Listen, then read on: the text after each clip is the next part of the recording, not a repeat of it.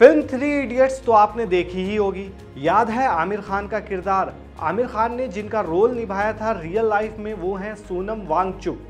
दरअसल सोनम वांगचुक और लद्दाख इन दिनों सुर्खियों में बना हुआ है। सोनम वांगचुक ने सरकार को आमरण अनशन तक की चेतावनी दे दी है।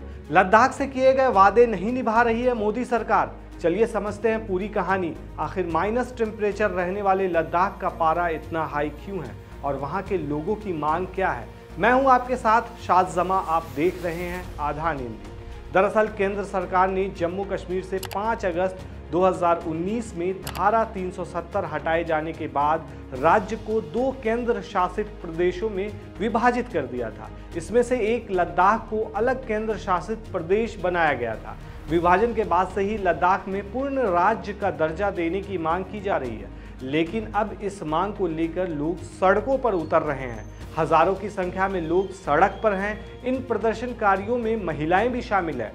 दरअसल एपेक्स बॉडी ऑफ लद्दाख और कारगिल डेमोक्रेटिक अलायंस इस विशाल विरोध प्रदर्शन का नेतृत्व कर रही है। सड़कों पर उतरकर मांग कर रहे लोगों की खास मांगों पर गौर किया जाए तो इसमें पहली मांग लद्दाख को पूर्ण राज्य का दर्जा देना है, तो वहीं दूसरी मांग संविधान की 6ठी अनुसूची यानी 6th शेड्यूल को लागू करना है। केंद्र शासित प्रदेश लद्दाख में भी कई तरह की जनजातियां रहती हैं। इसके चलते यहां पर इसकी मांग भी पूरे जोरों शोर से उठ रही है। आपको बता दें कि लद्दाख में बड़ी संख्या में लोगों के मार्च निकालने की वजह से पूरा लद्दाख बंद रहा। संविधान की 6ठी अनुसूची को लागू करने और लेह और कारगिल जिले के लिए अलग अलग संसदीय सीटों की भी मांग की गई है। वहीं दूसरी तरफ केंद्र सरकार की ओर से यह घोषणा भी की गई थी कि लेह एपेक्स बॉडी और कारगिल डेमोक्रेटिक अलायंस के प्रतिनिधियों के साथ सेकेंड फेज की बातचीत की जाएगी। बावजूद इसके यह विरोध प्रदर्शन बुलाया गया। हालांकि इस मामले पर केंद्र सरकार की ओर से लोगों की मांगों पर विचार करने को लेकर केंद्रीय गृह राज्य मंत्री नित्यानंद राय की अध्यक्षता में हाई लेवल कमेटी भी गठित की गई थी। दरअसल लोगों का कहना है कि वो केंद्र शासित प्रदेश में नौकरशाहों के शासन में नहीं रह सकते, इसलिए वो इससे छुटकारा पाने के लिए सिर्फ पूर्ण राज्य का दर्जा चाहते हैं।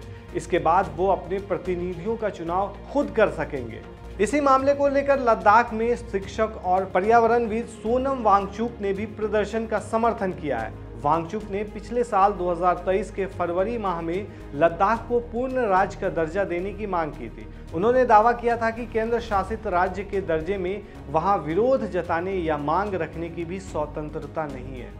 पर्यावरणविद वांगचुक ने प्रधानमंत्री नरेंद्र मोदी से लद्दाख सुरक्षा सुनिश्चित करने की अपील की थी। फिलहाल उन्होंने आमरण अनशन की चेतावनी दी है। अब देखने वाली बात यह है कि सरकार इस पूरे मामले पर क्या रुख अपनाती है, और सबसे बड़ी बात यह है कि लोकसभा चुनाव भी इसी साल होने हैं, तो देखिए क्या होता है।